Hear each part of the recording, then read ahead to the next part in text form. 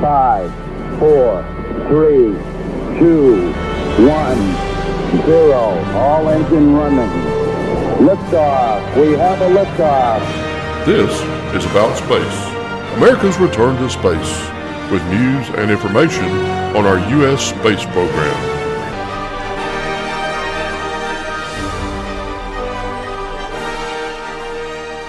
From our About Space Today World Headquarters, I'm John Gomez. This week in space, Elon Musk delivers a speech on the future of SpaceX and Starship. This and more next, as America and the world is listening to About Space Today.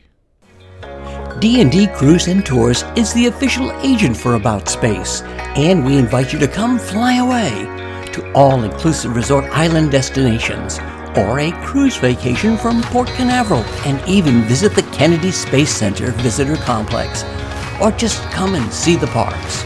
Call for a discount cruise or an island getaway or the Florida beaches. Call today. The call is free, and so are our services. Call 877-747-8631. That's 877-747-8631. We are Florida's group travel specialists. Welcome back.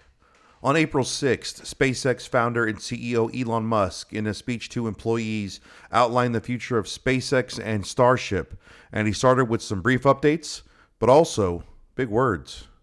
So what I'm going to go through tonight is the overall sort of path to making life multiplanetary. So we're doing a lot of good things at SpaceX. I mean, Starlink is incredible, providing connectivity throughout the world, and also, paying for a lot of what we're doing here. And Falcon 9 is the primary launch vehicle for Earth, just doing more non-SpaceX launches than anything else.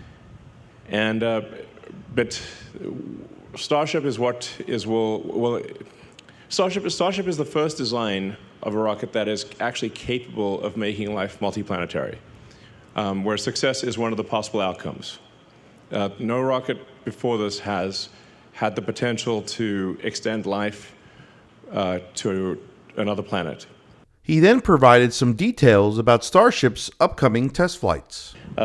So you're doing incredible work that I think almost no one thought would actually happen.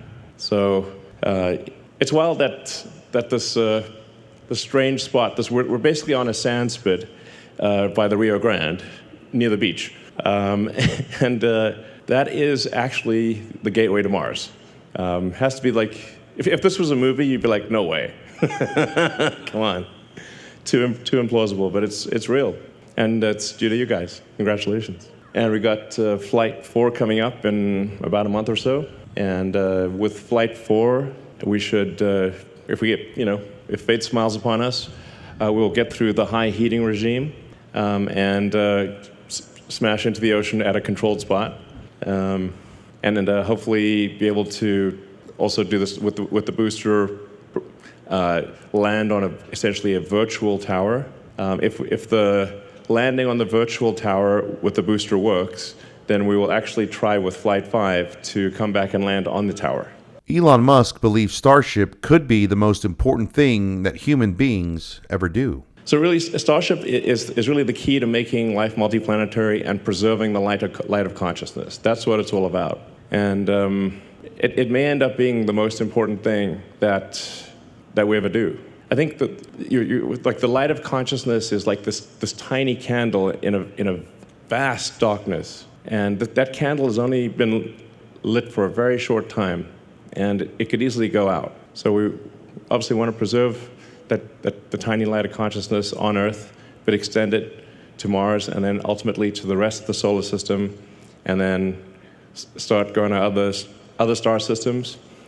And I mean, I won't be alive to see that, but unless I'm like frozen or something, I don't know. But Musk then shared plans for more Starship launch towers, or Maxillas, within the next year, including 2 at Florida's Kennedy Space Center and 2 at Starbase in Texas.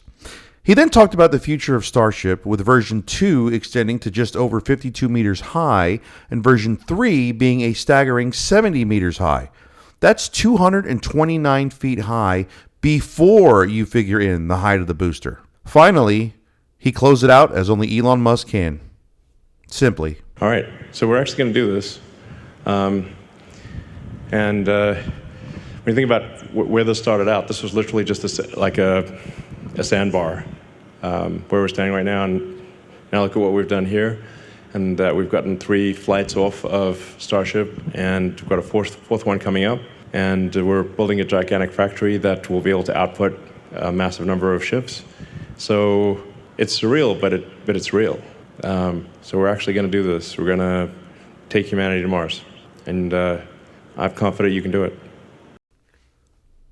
Make sure you check out our Facebook page, aboutspace.today, for launches and landings, and invite your family and friends to listen weekly. You can find us on your favorite podcast platforms like Apple, Spotify, Libsyn, and more. Be sure to join David Denault every month for Special Report and Don Meyer every Friday for America in Space. Whether you're listening from the International Space Station or just on your phone, thanks for joining me. I'm John Gomez, and you just learned a little bit about space today.